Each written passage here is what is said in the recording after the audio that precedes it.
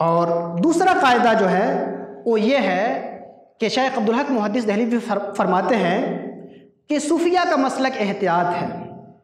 چونکہ جب یہ بات آپ کو بتائی گئی کہ صوفیہ شریعت کے معاملے میں فقہا کے پابند ہیں، جب یہ بات آئی کہ صوفیہ پابند ہیں علماء کے، فقہا کے، تو فوراً ایک شک پیدا ہوتا ہے، ایک غلط فہمی پیدا ہوتی ہے کہ بعض صوفی تو فقہا کی رائے کے خلاف بھی چلے جاتے ہیں، اور آپ کہہ رہے ہیں کہ صوفیہ جو ہے تابع ہیں فقہا کے، جبکہ بہت سارے معاملات میں صوفیہ نے الگ رائے اپنی قائم کی ہے. تو اس کو سمجھنے کی ضرورت ہے.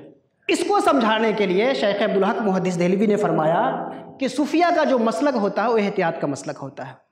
صوفیہ کا مسلک کیا ہوتا ہے؟ احتیاط کا مسلک. یعنی جن مسائل میں علماء کا اختلاف ہے ان اختلافی مسائل میں پھر صوفی کسی کا پابند نہیں ہوتا ہے. صوفی جو ہے اس قول پہ عمل کرتا ہے جو زیادہ احتیاط کا قول ہو، اس قول پہ عمل کرتا ہے جس میں اللہ کی رضا زیادہ قریب ہو، اس قول پہ عمل کرتا ہے جس میں جو احادیث صحیحہ کے زیادہ قریب ہو. اور ایسی صورت میں وہ بعض فقہا سے اختلاف کر لیتا ہے. تو بعض فقہا سے جو اختلاف کرتا ہے وہ صرف وہ صوفی اختلاف نہیں کرتا ہے بلکہ وہ مسئلہ مختلفی ہوتا ہے، وہ خود فقہا کے ہاں مختلف علیہ مختلف فی اختلافی مسئلہ ہوتا ہے. اس لیے صوفی یہاں پہ اپنی ثوابدید، اپنے الہام، اپنے وجدان کی بنیاد پہ اس رائے پہ، اس قول پہ عمل کرتا ہے جو اللہ کی رضا سے زیادہ قریب ہو، اللہ کے حکم سے زیادہ قریب ہو، ظاہر کتاب و سنت سے زیادہ قریب ہو. شیخ عبدالحق محدث دہلوی فرماتے ہیں کہ تقلید ائمہ جو ہے، تقلید امام چونکہ سب کے لیے ضروری ہے. سارے فقہا چونکہ ہمارے سارے صوفیہ جتنے ہوئے ہیں سب کسی نہ کسی مذہب فقہ کے، کسی نہ کسی فقہی مذہب کے مقلد رہے ہیں، تو اصل تقلید سب کے لیے ضروری ہے.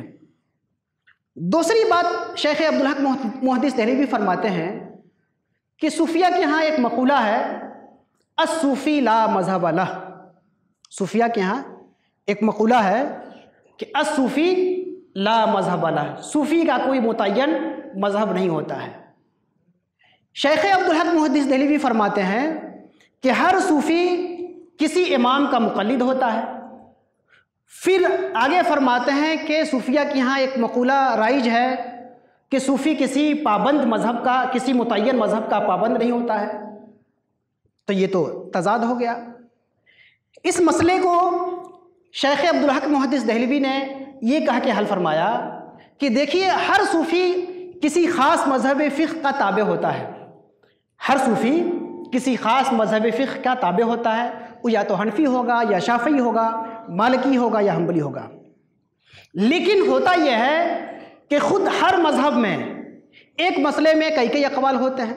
مثال کے طور پہ مذہب حنفی میں مذہب کے اندر کئی قول ہیں. مذہب امام ابو حنیفہ رحمۃ اللہ کچھ کہہ رہے ہیں، امام محمد کچھ فرما رہے ہیں، امام ابو یوسف کچھ فرما رہے ہیں. تو ایک ہی مذہب میں چونکہ ایک مذہب کے اندر ہی کئی قول ہو گئے، تو ایک صوفی حنفی ہے لیکن چونکہ وہ دیکھ رہا ہے کہ ہمارے امام ابو حنیفہ نے کچھ کہا، ان کے شاگردوں نے کچھ کہا، خود ہمارے مذہب میں کئی اقوال ہیں. تو شیخ عبدالحق محدث دہلوی فرماتے ہیں اس مقام پر صوفی کا کوئی مذہب نہیں ہوتا ہے. کوئی ضروری نہیں ہے کہ صوفی امام ابو حنیفہ کے قول کے مطابق عمل کرے. ایسا بھی ہو سکتا ہے کہ کہیں کوئی امام ابو حنیفہ کے قول کے مطابق عمل کرے، اور ایسا بھی ہو سکتا ہے کہ کہیں پہ امام ابو یوسف کے مطابق عمل کرے، کہیں امام محمد کے قول کے مطابق عمل کرے. تو رہے گا تو حنفی. لیکن احناف کے اندر جو مختلف اقوال ہیں ان اقوال میں سے کسی کے قول کی طرف بھی جا سکتا ہے. کسی ایک حنفیوں کے جو امام ہیں ان ائمہ میں سے کسی ایک امام کا وہ پابند نہیں ہے. الصوفی لا مذہب لہ. اس کے بعد فرماتے ہیں کہ یہ بات شیخ محقق فرماتے ہیں کہ یہ بات اس لیے بہت ضروری ہے سمجھنا آپ کو کہ ہمارے جتنے صوفیاء رہ گزرے ہیں، بڑے بڑے صوفیاء، وہ کسی نہ کسی فقہی مذہب کے تابع رہے ہیں، کسی نہ کسی امام کے تابع رہے ہیں. چنانچہ حضرت جنید بغدادی سفیان ثوری کے مذہب پہ تھے، شیخ عبدالقادر جیلانی غوث پاک حنبلی مذہب پہ تھے، شیخ شبلی مالکی تھے، شیخ جریری حنفی تھے. تو تمام اکابر صوفیہ کسی نہ کسی مسلک کے تابع رہے ہیں، کسی نہ کسی فقہی مذہب کے تابع رہے ہیں. اس لیے آج بھی صوفیہ کو چاہیے کہ کسی نہ کسی مذہب فقہ کے تابع رہیں. اب یہاں پر ایک نقطہ بیان کر کے ہم اپنی بات ختم کرتے ہیں کہ یہ جو امام شیخ عبدالحق محدث دہلوی نے فرمایا کہ ہر صوفی کسی فقیہ کے کسی امام کے تابع ہوتا ہے، کسی نہ کسی مذہب فقہ میں ہوتا ہے، اس مذہب کے اندر اگر مختلف اقوال ہیں تو ان پہ عمل کرتا ہے۔ چونکہ تمام صوفیہ، تمام اکابر صوفیہ یا تو حنفی رہیں یا شافعی رہیں یا مالکی رہیں یا حنبلی رہیں۔ یہ بات شیخ عبدالحق محدث دہلوی کی مکمل ہو گئی اور 2 قاعدے یہاں پہ مکمل ہو گئے۔